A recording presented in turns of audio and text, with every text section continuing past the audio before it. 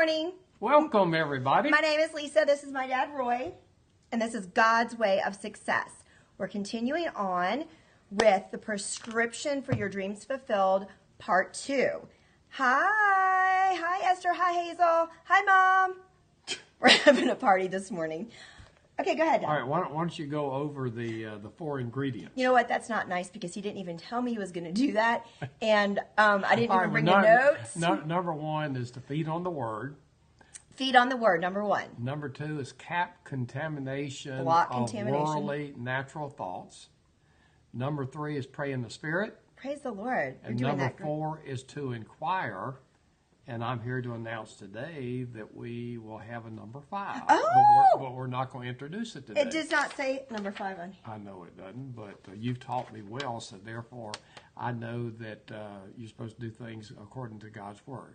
So today, what we're going to do is that we're going to amplify the first one.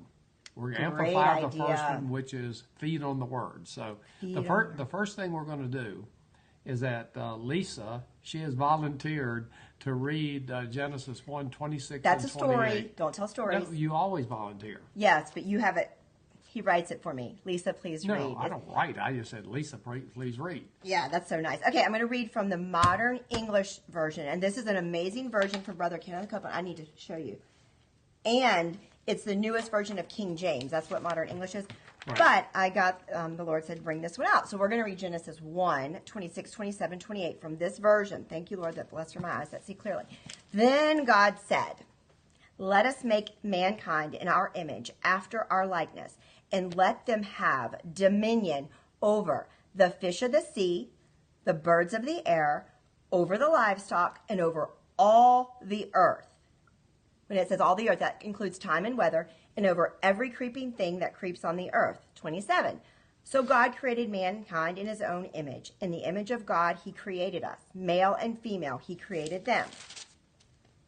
God blessed, capital B-L-E-S-S-E-D, them, and said to them, be fruitful and multiply and replenish the earth and subdue it. Rule over the fish of the sea, the birds of the air, and over every living thing that moves on the earth. Okay, let's kind of break this down just a little bit. Is that in 26, God in essence reproduced himself.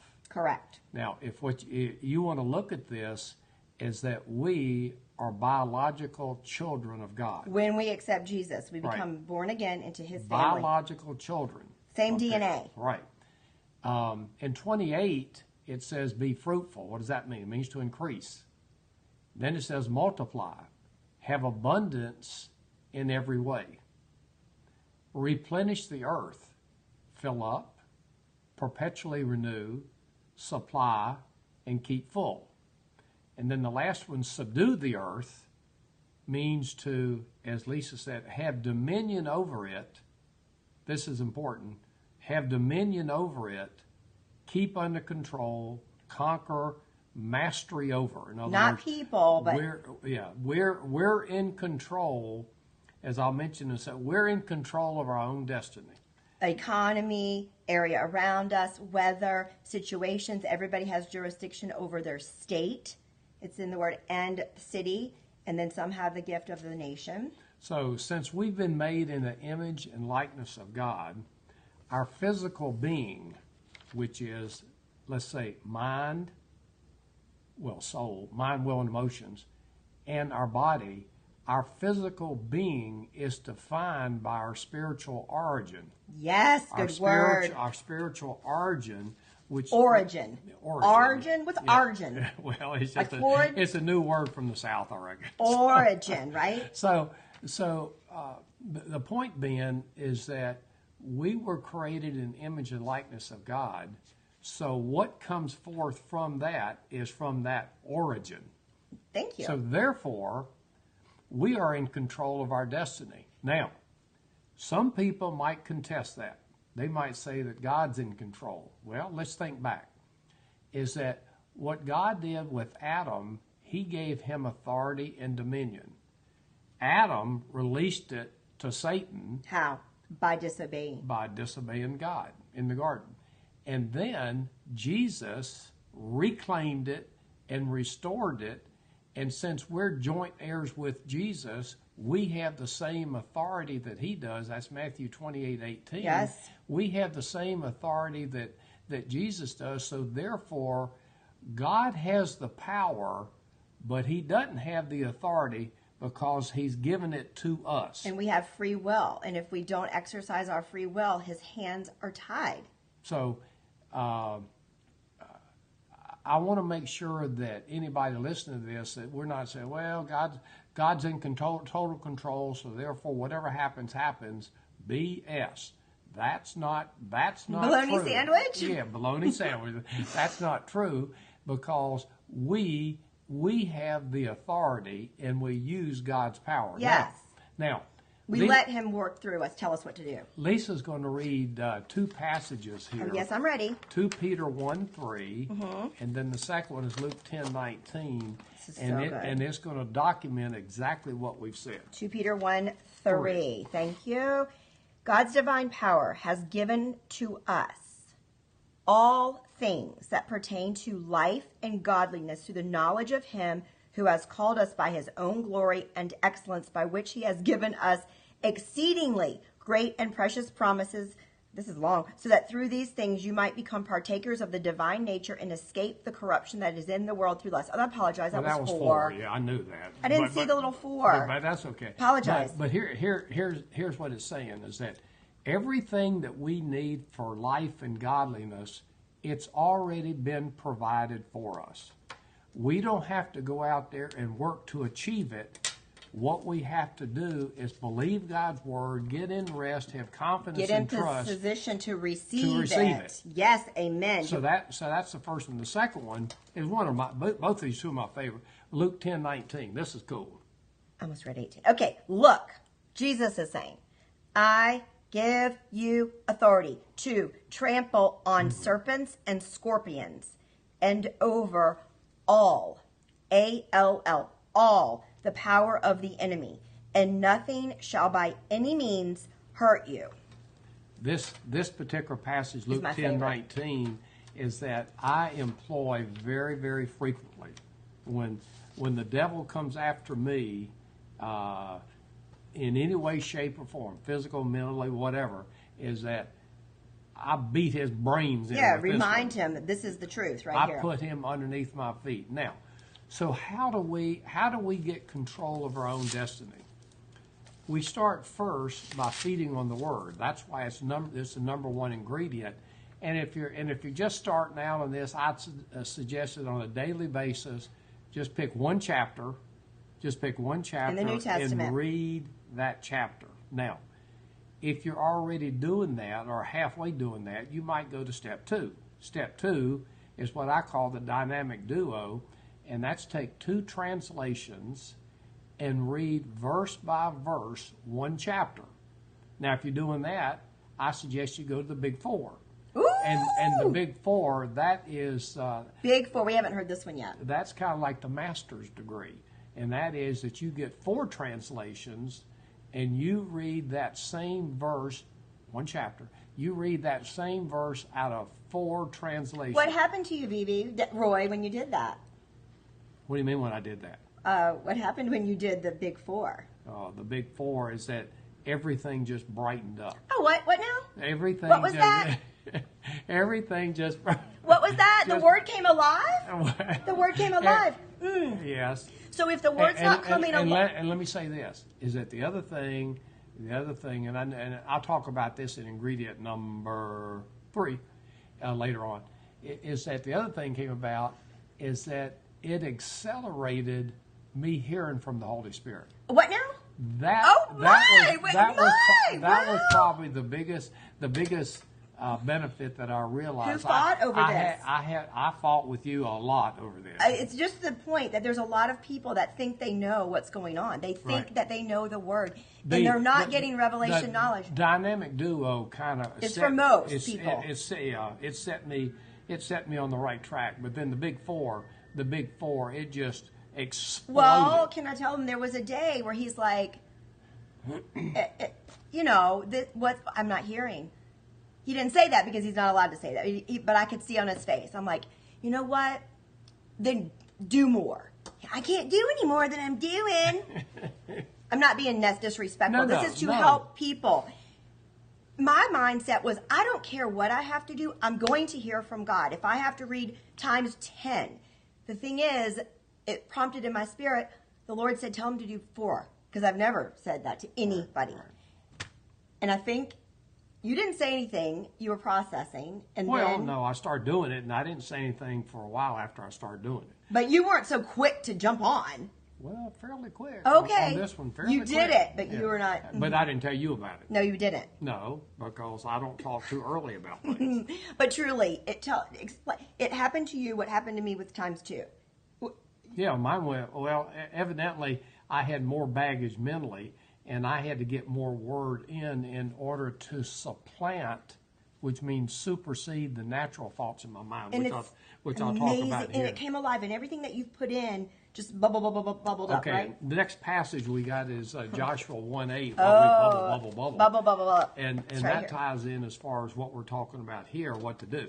Meditate. This book of the law, the Bible, must not depart from your mouth. Meditate on it day and night, so that you may act carefully according to all that is written in it. For then you will make your way successful and you will be wise. All right, why do we feed on the Word? I just mentioned this. Let me say what I consider probably the secondary reason. Because we need to, as I mentioned, to supplant, to supersede, to replace our natural worldly thoughts with God's thoughts. Now listen to this next statement. Since that's the only way to receive the fullness of God's supernatural blessing. Correct. I, for years, inadvertently had a mixture of a lot of natural thoughts and some God's thoughts.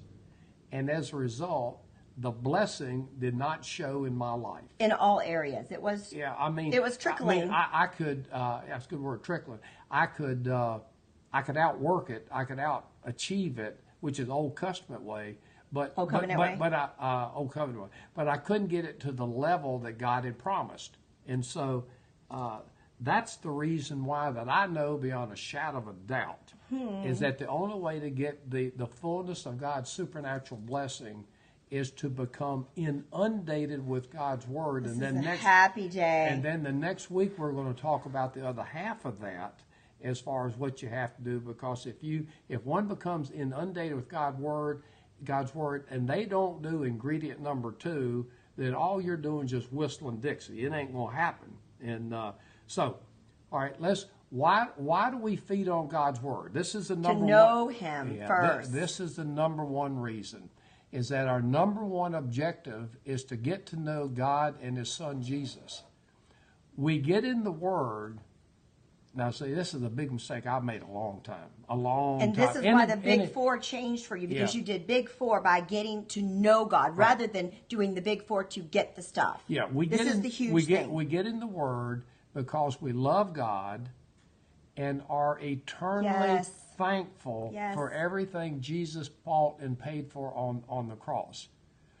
Listen, this was the mistake I made. It was hard for you to see decades, that. Right. For decades. We do not love God to get our success formula. Say it again. We do not love God to get our success formula or our dreams fulfilled. Thank you. Our dream for we love God because He is God. And we love Jesus because He sacrificed everything for us. He revealed and redeemed our image that was created by God before the foundation of the world. Yes. Is that in Jeremiah 1:5 it talks about that God knew us before He formed us in His mother's womb. He knew us before the foundation of the world. Right. So we don't make the success formula the reason to get the success. Dad, how did you get that? Wait a minute. We don't make that the reason for reading the Word. But everybody does. That's the problem. Let me tell you what helped in this for me is that I got so stinking tired. And this is a natural statement. I got so stinking tired of not receiving God's blessing that I said, my way ain't working, so therefore I've got to find a way. And my trainer here, she had been guiding. It's the same thing I said in 2012, the same exact statement. I'm frustrated. I can't do this. I'm tired of doing it myself. You have to get to that point, else you're not going to go all in. Yeah, and what big achievers do, choleric personalities do, is that they'll keep on working, achieving personal effort, performance-based goals. They'll keep on doing that. And if you're a high achiever, you'll increase as far as your results, but you'll never get to the fullness of the Most people go blessing. into the grave, honestly. Well, they do. Most people just back up and just kind of fade away. And so it must start in feeding on the Word. It must start with our love of God and building a relationship with Jesus. Now remember this is in closing. The foundational scripture of kingworldwide.com is Matthew 6:33. Seek ye first the kingdom of God and his righteousness, and all these things will be added unto you. Yes. Here's the second one, is that the next one is Hebrews 11:6. It's impossible to please God with faith. Without faith. It's impossible to please God without faith.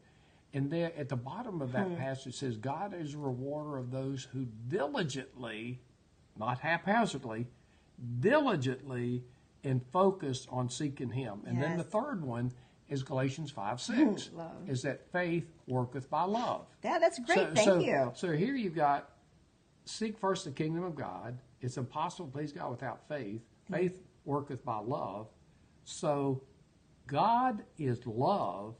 So therefore, seek God, seek love. Yes. Love is the foundation of the whole blessing covenant. Yes. And so as a result, that's why, and I brought it today. This is the best ever. That's why, well, you can hold it so I didn't see it, is that on kingworldwide.com, it's got this sheet, and virtually every day for a year and a half, I have read this sheet, and it's 3 translations of 1 Corinthians 13:4-3. And I'm going to tell you, what it's done, It's changed him. It's softened me, and that when I get persecuted from enemies or family members or whatnot, I'm much more quickly to revert to this, which says in one of them, love meekly and patiently bears ill treatment from others. Another one is that love is relentlessly patient and bears the offenses and injuries of others with kindness. So it's changed him. It's transformed him. And I do that too, but not 3 a day. But good day. The best talk. Thank you. That was so good. It's going to be on the #1 thing of our website. Oh, good. Okay, see you soon. Thanks, Dad.